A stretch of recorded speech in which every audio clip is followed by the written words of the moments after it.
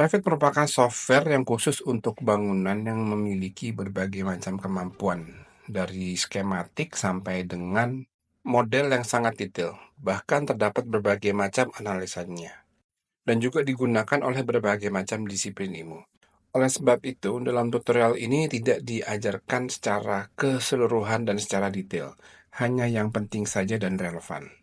Tutorial ini dirancang secara khusus dan spesifik untuk menyelesaikan masalah-masalah yang ada di kampus. Tujuan dari tutorial ini yang terdiri dari 4 bagian adalah Revit pemula untuk disiplin arsitektur dan diharapkan dapat mengerjakan tugas-tugas di kampus. Atau dengan kata lain, perencanaan desain dari tahap konsep atau skematik sampai dengan pengembangan desain. Tutorial ini terdiri dari 4 bagian besar. Yang pertama adalah bagian 1 atau Basic Revit. Ini dicontohkan dengan penekanan pada model-model struktural dan dilanjutkan dengan bagian 2 untuk model arsitektur atau Architectural Basic. Dilanjutkan dengan bagian ketiga yaitu Annotation. Setelah kita membuat model arsitektural dan struktural, berdasarkan model tersebut, maka kita akan membuat gambar kerjanya. Dengan penguasaan bagian 1, 2, dan 3, diharapkan sudah dapat mengerjakan tugas-tugas perencanaan di kampus. Dan yang terakhir adalah bagian keempat, Advanced Modeling, yaitu berisi tentang bagaimana memodel secara lebih cepat dan model-model yang bersifat organik. Kemampuan apa yang didapat dari paket tutorial yang utama ini, Basic Revit? Yang pasti adalah menguasai prinsip-prinsip konsep dalam Revit. Bagaimana Revit melakukan modeling dan editing. Dan hal ini semua dilakukan dengan elemen-elemen struktural.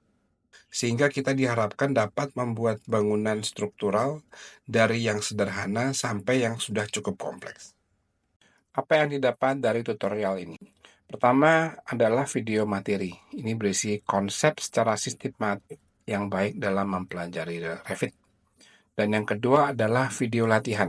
Ini berisi video langkah-langkah latihan, berupa presentasi yang sangat cepat dan tidak ada suaranya, tetapi terdapat subtitle. Ini memang dirancang seperti ini karena nanti akan di-play dengan kecepatan rendah. Ini untuk membantu kalian dalam mengerjakan latihan. Selanjutnya, latihan ini harus terdapat file latihannya, dan file latihannya ini juga diberikan. Semua bahan presentasi pada video materi ini juga sudah diberikan dalam bentuk template. Selain daripada itu juga sudah diberikan template M2Up ini untuk membantu kalian dalam mengerjakan video latihan. Bagaimana menggunakan tutorial ini? Pertama itu nonton video presentasinya. Pastikan pelan-pelan dan kalau memungkinkan bisa 2 atau 3 kali. Sebab video presentasi ini dibuat sangat padat. Buatlah catatan-catatan penting pada pamflet yang sudah diberikan. Sehingga pamflet itu seharusnya kalian cetak terlebih dahulu, setelah itu baru kalian tonton. Dan buatlah catatan sebanyak mungkin di atas pamflet tersebut. Setelah itu bisa dilanjutkan dengan tugas-tugas kecil dalam setiap sesi dari video tutorial ini. Dalam mengerjakan tugas kecil ini sudah diberikan video pendukungnya, berisi langkah-langkah yang harus dilakukan, hanya tinggal diikuti. Video ini tidak memiliki narasi tetapi memiliki subtitle dan dibuat dengan sangat cepat.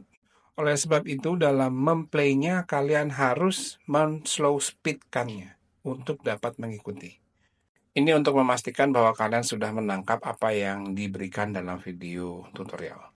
Lakukan ini satu persatu secara berurutan berdasarkan materi yang diberikan. Dan yang terakhir adalah mengerjakan tugas besar akhir. Ini untuk memastikan secara keseluruhan kalian sudah memahami dan dapat melakukan apa yang sudah diajarkan. Jika ini dilakukan semua, maka besar kemungkinan kalian sudah menguasai apa yang diberikan dalam materi-materi ini.